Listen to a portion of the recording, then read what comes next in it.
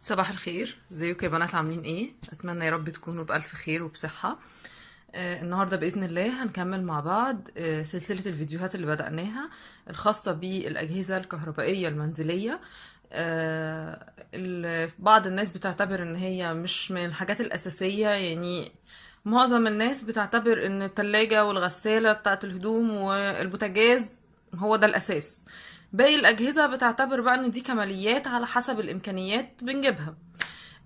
بس في أجهزة مع الاستخدام ومع الوقت فعلا بتحسي ان هي مهمة. ودي انا حبيت انصح البنات بيها يعني.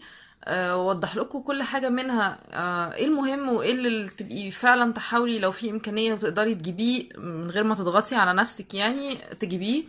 آه، ما تسمعيش كلام حد، لان في ناس ممكن تبقى تجربتها هي سيئة وبالتالي بتنقلك التجربة دي وخلاص. جربي بنفسك. فالنهارده ان شاء الله هنتكلم عن غسالة الاطباق، نظرا لان بنات كتير قوي قوي بتسأل عنها الفترة دي، وكتير بيسألوا هي فعلا مهمة ليها استخدام؟ طيب يعني اجيبها ولا فلوس في الارض؟ طب اجيب واحدة حجم صغير ولا كده كده اتنين بس ملهاش لازمة، وخصوصا في بداية الجواز. اسئلة كتير قوي البنات بتتكلم فيها يعني بخصوص الغسالات. دي الغسالة بتاعتي زانوسي. بالنسبة لي أنا جايباها من أول ما اتجوزت، جايباها في حاجات جهازي يعني. بقالها 8 سنين عندي. من الحاجات المهمة جدا والأساسية بالنسبة لي، اللي كنت طول الوقت بقول لأ أنا ممكن أستغنى عن أي حاجة بس لازم أجيب غسالة أطباق. مش رفاهية والله، بالعكس الغسالة فعلا فعلا لما تجربي وتستخدميها تعرفي قد إيه هي مهمة. آه، مهم كمان انك هتجيبي غسالة اطباق يبقى تجيبي حجم كبير من البداية، ما تقوليش بقى لا اصل احنا اتنين، طب اجيب واحدة صغيرة الاول وبعدين مع الوقت ممكن اجيب واحدة كبيرة. اللي هتدفعيه ادفعيه يعني، كملي عليه شوية وهاتي واحدة اكبر. ادخلي جمعية، يعني تعالي على نفسك شوية، حوشي يعني. هنعرف نتصرف يعني، احنا عموما البنات بنعرف نتصرف. هاتي واحدة كبيرة بالمرة، لأن دلوقتي احنا مش في فترة تقدري تبدلي وتجددي فيها وتغيري أجهزة كهربائية طول ما انتي قاعدة. الأسعار دلوقتي في تزايد جامد. الحاجة اللي بنجيبها بنقول الحمد لله وبنحاول ان خلاص يعني نحافظ عليها على قد ما نقدر. خصوصا ان الأجهزة الكهربائية تعتبر من السلع المعمرة اللي المفترض ان هي بتعيش معاكي عمر يعني. طبعا دلوقتي مش كل الأجهزة بتحصل فيها كده لأن في رداءة شوية في التصنيع. بس احنا بنحاول نجيب ماركات تعيش. ممكن تبقى اغلى شوية من العادي بس علشان حاجة تقعد معاكي فترة. الغسالة بتاعتي دي 12 كيلو، 12 فرد سوري. آه دي في اكبر منها، بس يعني دي بالنسبة للحاجات الكبيرة انا بنصح بيها يعني. مهمة جدا جدا للعزومات. مهمة جدا في فترات الحمل يعني. طبيعي طول ما انتي حامل بتبقي مش قادرة وتعبانة وجسمك تقيل وحركتك بطيئة. في ناس بتبقى الحمل بيجيلها شوية بسنة قرف ترجيع، الحاجات دي كلها. فكل ده بيبقى صعب قوي معاه يعني. انتي بالنسبة لك الغسالة انا شخصيا كانت نفعاني جدا جدا في الفترة دي. كمان في وقت العزومات انتي مش هتقولي، طبعا اكيد في ناس هتقعد تقول لا انا مش بعمل عزومات طول السنه. اوكي انا معاكي اني مش طول السنه، بس لما يكون عندك ضيوف وتلاقي بقى الناس كلها يعني انتي تعبتي قبل العزومه وجهزتي وعملتي وطبختي وسفره ما شاء الله مليانه، وتيجي بعدك خلاص الناس مشيت، هتلاقي عندك المطبخ كله مليان مواعين. طب ما تسهلي على نفسك. اه مش هقولك انتي لما يبقى عندك غسالة خلاص بقى كده مش تغسلي حاجة خالص، لا هيبقى فيه اكيد حاجات هتتغسل. ممكن مثلا لو حلة حجمها كبير، حلة بريستو، يعني حاجات بسيطة كده. بس الاساس هيبقى جوه في الغسالة، فانتي كده ارتحتي شلتي من عليكي عبء. رمضان كفاية يعني، انا بالنسبة لي كفاية جدا فترة رمضان وفترة الحمل. ده يعني يكفي الفترات دي. رمضان طبعا بتبقى فيه عزومات والعائلات بتتجمع والأصحاب والقرايب والأهل وكل الناس. بعد ما يعني خلاص انتي كلتي دلوقتي والناس قايمة طبعا بعد الفطار تعبانة، اللي عايز يتفرج، اللي عايز ينزل يصلي تراويح، اللي عايز يعمل حاجة. طيب انتي هتفضلي بقى واقفة تغسلي مواعين؟ ما الغسالة موجودة. الحجم الكبير ميزته ان انتي هتجمعي كل الحاجات مرة واحدة، هتحطي الاطقم بتاعتك كلها لان هي بتشيل 12 فرد. ميزته ان انتي تقدري تحطي فيها حلل. الغسالة بتقدري تغسلي فيها الحلل الستانلس. انا بحط التيفال مش بيحصل له حاجة برضو. البايركس، الحاجات الفخار برضو بحطها مش بيحصل لها اي حاجة. الألمونيوم هو اللي لا ما ينفعش. لو عندك كمان سيراميك برضو ما ينفعش يتحط فيها. لكن باقي انواع الحلل ما فيش اي مشكلة.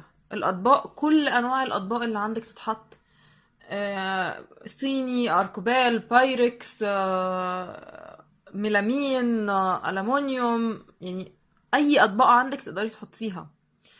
الكوبايات والكاسات والحاجات الكريستالات بتاعتك كلها، بالعكس دي بتعقمها جدا وبتطلعها فعلا هايلة ونظيفة جدا جدا جدا.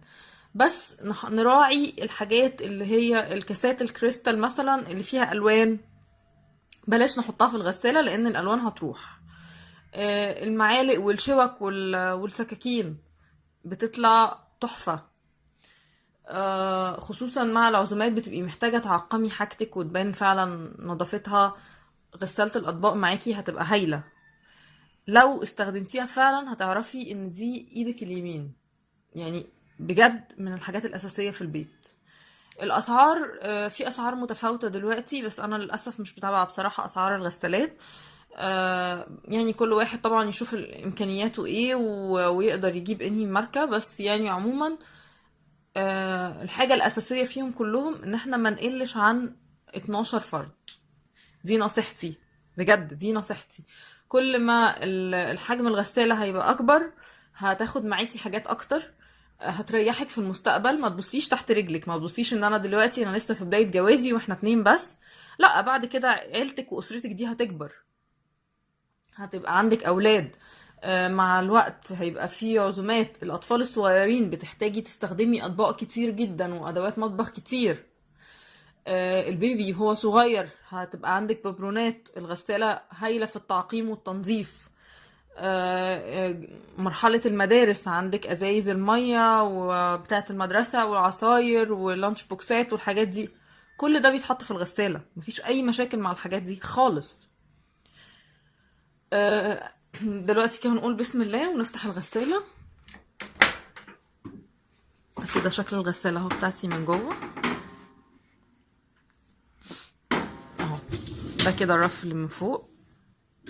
الرف ده انا هنا بحط الكوبايات والكاسات، بحطها كلها في الرف ده. لو في معالق او شبك او حاجات كده طويله بحطها هنا على على الستاند ده كده من فوق، او ممكن اوقات بحط برضو هنا في النص.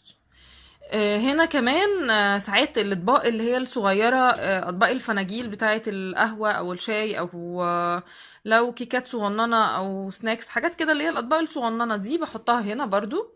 بتوفر معاكي جدا في المساحه. طبعا بصوا شايفين مكانها كبير جدا، فبتاخد كل الكوبايات والكاسات اللي عندك. ومهما كان حجم الكاس او الكوبايه فهي برضو هتاخده لان هي المسافه هنا عاليه. هنا بقى تحت، تحت نحاول ان احنا ما نحطش حاجات عاليه قوي، لان هنا بصوا في دي اهي المروحه دي اللي فيها اهي. بصوا احاول اجيب لكم شكلها اهي. دي فيها اخرام اهي. الاخرام دي الرشاشات بتاعه الميه، هي بتلف وبتطلع الميه من هنا فبتغسل الاطباق والحاجه اللي جوه كويس. ده اهو التاني ده الباسكت ده بيجي مع الغساله. الباسكت ده علشان الشوك والمعالق والسكاكين بتجمعيها كلها فيه وبتبقى محطوطه هنا. طبعا ده حلو قوي. خلاص بتخلصي تطلعي الباسكت كله وتفضي منه المعالق بتاعته. هنا ايه مناسبه لكل احجام الاطباق. الجنب ده هو للاطباق الكبيره اهو دي، او لو اطباق برضو حجمها كبير اللي هي الغويطه شويه كده يعني. ودي اهي باقي الاطباق. الحلل انا بحطها هنا في الحته دي، تحط على جنبها. هنا لو في بايركس برضو بيتحط هنا واقف كده على جنبه. في هنا اهي بصوا المروحه التانية دي عشان الغسيل. برضو اهي اللي هنا اعتقد الاخرام بتاعتها باينه اكتر، اللي هي الرشاشات بتاعتها اللي بتطلع منها الميه اهي. ده كده اهو شكل الغساله كلها من جوه. بعدين كده هنا ده الباب بتاع الغساله. الباب عندنا فيه مكانين، ادي ده بنضغط كده زيت تفتح، ده المكان الخاص بالزيت. بنحط الزيت هنا في المكان ده. في هنا اهي المستويات بتاعه الزيت عشان يحدد لي انا عايزه لغايه املى لغايه انهي مستوى. وده المكان ده هنا كده، المكان ده بتاع المسحوق بتاع الغسالة، بتحطي هنا ده الكمية بتاعتك كلها. ولو عايزة تضيفي شوية كمان، او عايزة، انا اوقات بحط هنا سنة خل كده كتطهير اكتر يعني، بس حاجة بسيطة مع برضو شوية مسحوق تاني. بس ده كده اهو. الملح بتاع الغسالة بيتحط في الغسالة نفسها من جوه اهو في المكان ده. لحظة هفتحها لكم.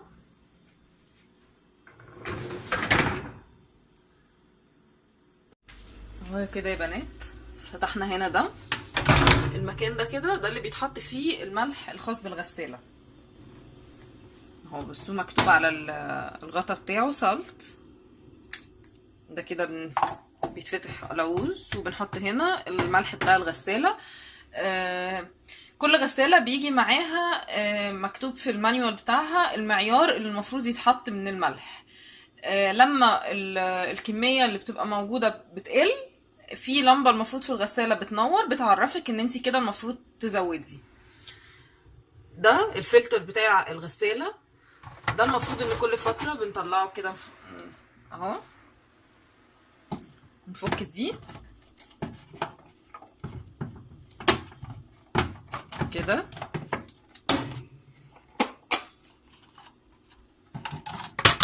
اهو. ده كده الفلتر من جوه بيركب في ده، وبعدين بيتحط هنا. الفلتر ده المفروض ان احنا كل فترة بنطلعه نفكه ونغسله كويس قوي ونرجع تاني نركبه.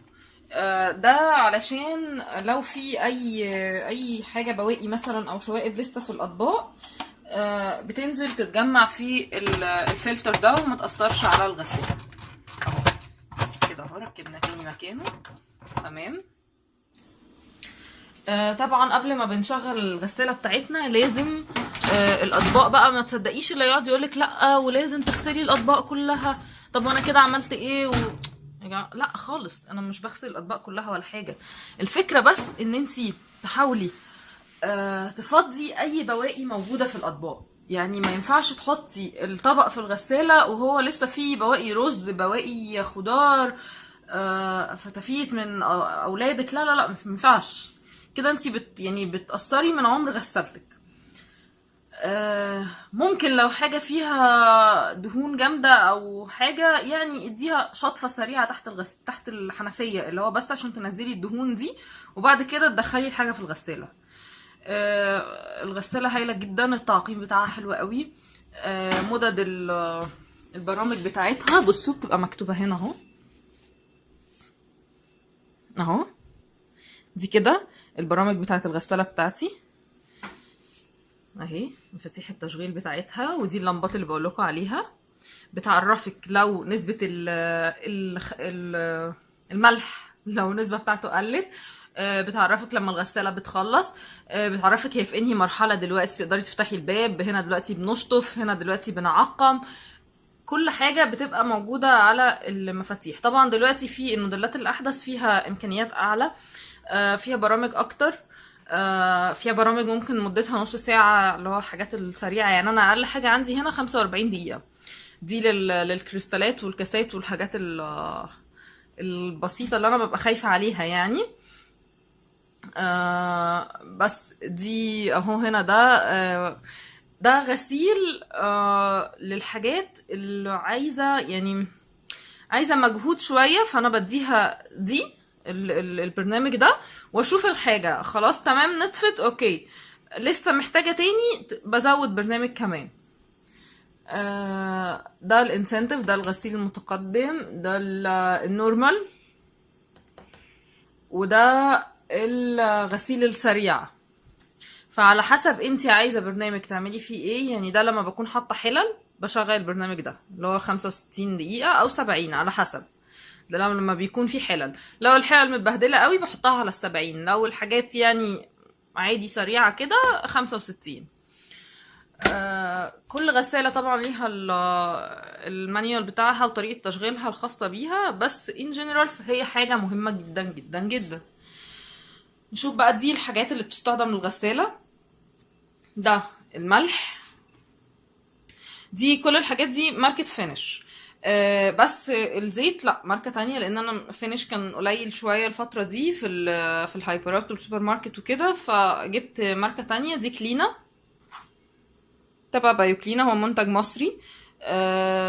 بس بصراحة ما حسيتش ان في فرق يعني فظيع بينه وبين فينش. بالعكس فينش دلوقتي اسعاره زادت جدا جدا. فالناس اللي برضو بتقول لا انا بوفر اصل الغسالة بتستهلك كتير، اصل انا ما ينفعش اصل، لا الغسالة مش بتستهلك كتير ولا حاجة. انا وريتكم مكان المسحوق بتاعها قليل جدا، يعني مش هتاخدي كمية فظيعة. يعني انتي الجيركن الكيلو ده انا بيقعد معايا مدة، خصوصا ان انتي بتجمعي. في ناس يعني هتقول لا طب ما دي كده حاجة وحشة قوي ان انا اقعد استنى واجمع اطباق وابيت الاطباق مش نظيفة. لا طب ازاي؟ ما هو انتي مش يعني دلوقتي اطباق اليوم بتاعك كله هتستني لاخر اليوم وتحطيها في الغسالة.